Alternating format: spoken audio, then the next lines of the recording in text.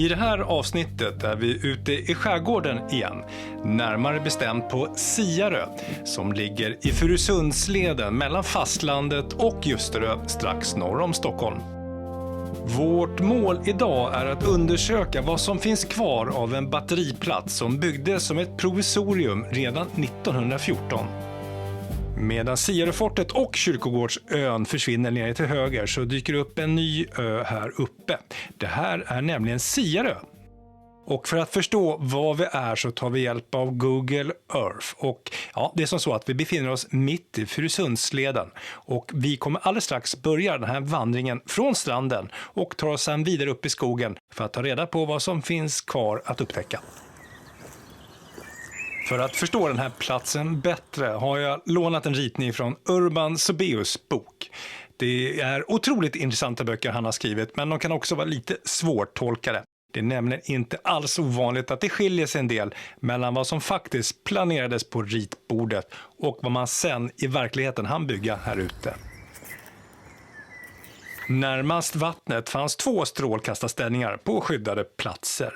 Men jag missar den första och går direkt nu till den andra strålkastarställningen. Men ingen fara, vi tar den första lite senare i avsnittet. Uppgiften för strålkastarna, ja, det var ju såklart att belysa fjärden utanför. För det är klart att man vill kunna se var man skjuter med kanonerna någonstans. Och det fanns 4 olika kanoner. Det fanns 3 57 mm och en större 12 cm kanon. Kanonerna är såklart borta sedan länge och det som vi ser, ja, det är ju själva pjäsplatserna eller groparna snarare. Det som idag kallas för Siaröfortet skulle ursprungligen ha byggts här på ön Siarö. Men man valde att bygga på Kyrkogårdsön istället eftersom att det visade sig skulle bli betydligt billigare. Och om du vill se hur det ser ut där så finns det självklart ett eget avsnitt om Siaröfortet på kanalen. Länken finns som vanligt i beskrivningen. Nu när vi har strålkastarställningarna bakom oss så går jag faktiskt förbi en av pjäsgroparna. Men som ni ser här så finns det inte mycket kvar av dem så att de är lätta att missa, precis vad jag gjorde nu. Men vi tar den på tillbakavägen istället. Byggnationen av Siaröfortet drog verkligen ut på tiden på grund av olika skäl som strejker och odugliga entreprenörer. Och att låta delar av Furusundsleden stå helt oskyddade under de här oroliga tiderna ansågs som ohållbara. Därför var man tvungen att anlägga ett antal provisoriska batteriplatser. För här på Siarö så låg också samlingsplatsen för hela skärgårdsförsvaret under den här perioden, det vill säga det tidiga 1900-talet. Dessutom fanns en hel del befintliga försvarsanläggningar som mindre värn och så vidare. Här passerar vi en liten förbindelsegång mellan pjäsplatserna. Här ser vi också nischer längs sidorna och det är ju till för att förvara ammunition här. Att den här spärren var lite av en quick and dirty lösning, ja, det märks på olika sätt. Man använde bland annat befintligt material som trästockar som skulle användas som tak och splitterskydd. Det här var material som självklart inte finns kvar idag och vi ser att det är väldigt mycket som är raserat på platsen. Det fanns då 3 stycken 57 mm kanoner på hjulavet. Dessutom fanns en observationsplats och allra högst upp stod då en större 12 cm kanon.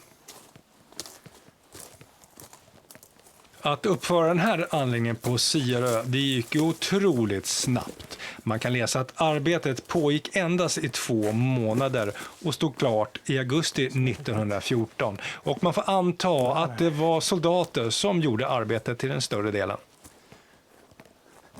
Men det skulle visa sig att det aldrig skedde någon större verksamhet här på platsen. En del övningar skedde naturligtvis, men den här stora 12 cm pjäsen den användes aldrig och skickades sen till Gotland. Här skymtar vi faktiskt observationsplatsen, men den tar vi på vägen tillbaka. Siarö är inte bara känt för sina militära spår utan framförallt för att Jussi Björling bodde här under somrarna mellan sina turnéer runt om i världen. Och det var också här på ön som han tragiskt nog gick bort endast 49 år gammal. Men ja.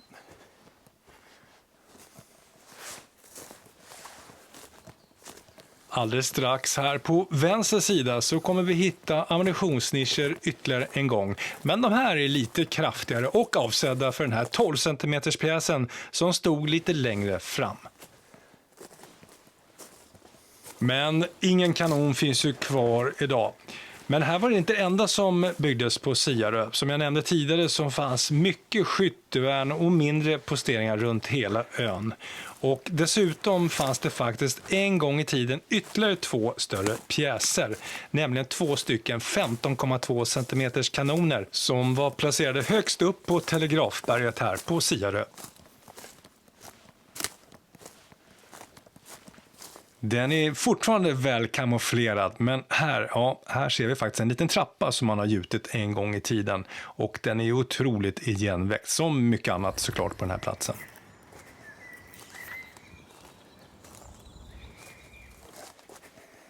Alldeles strax kommer vi komma fram till själva observationsplatsen.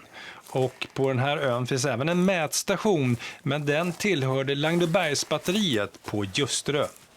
Och om du vill veta mer om den så finns det faktiskt ett eget avsnitt tillgängligt på kanalen.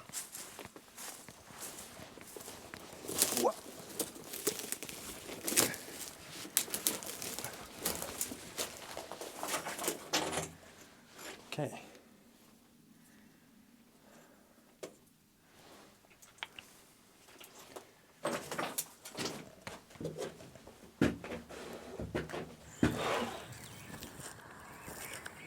Det är ju precis att man kan se vattnet där ute i Furusundsleden. Det är ju mycket sly och träd som står i vägen idag. Men när den här anläggningen var aktiv så var det såklart röjt ända ner till vattnet. Ja, de här förbindelsegångarna är smala och inte anpassade i dagens standardmått helt enkelt. Och betongen och själva utförandet är ju väldigt spartanskt och det är väl ingen skönhet det här direkt, men ändå kul att se tycker jag.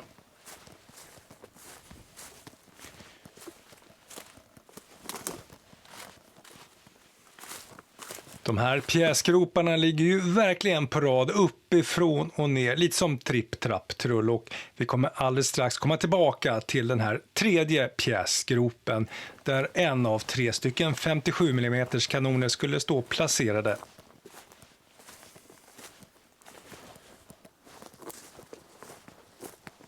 Jag kommer inte ens ihåg om jag gick in hit, jag tror inte det. Jo, det var den här gången, va? Ja, det fan har varit här. Ja, men det var ju där som har rasat, precis. Eller? Ja, vi går in hit igen.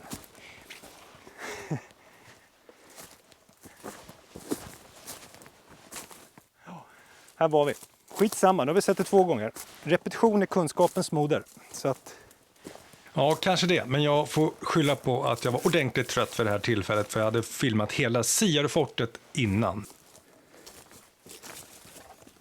Självklart kunde jag ha klippt bort det här, men jag tycker ändå att det är kul att låta kameran rulla i vissa avsnitt som det här.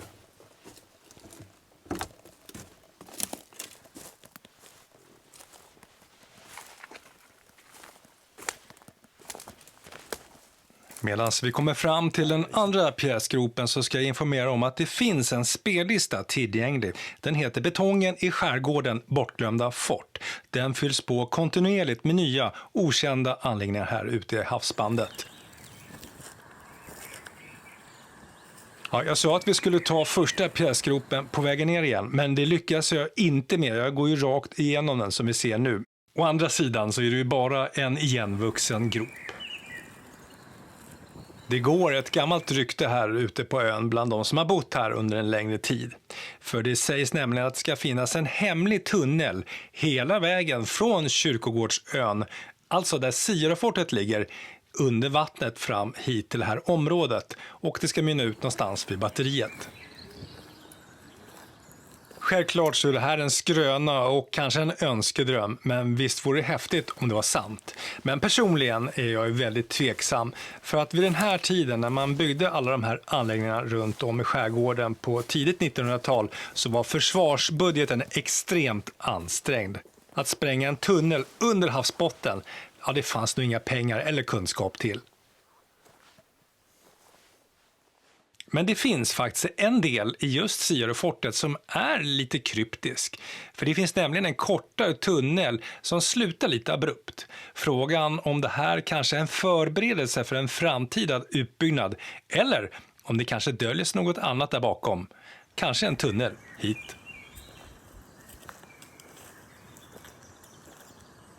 Ja, vi blickar ut här mot den första strålkastarställningen som vi missade i början, så har vi bockat av den platsen också.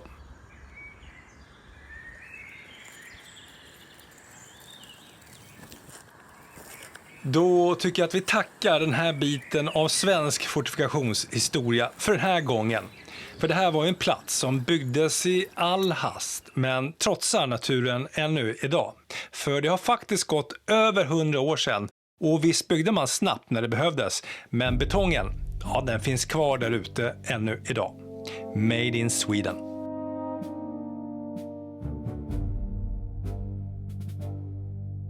Som alltid, tack för att du tittade.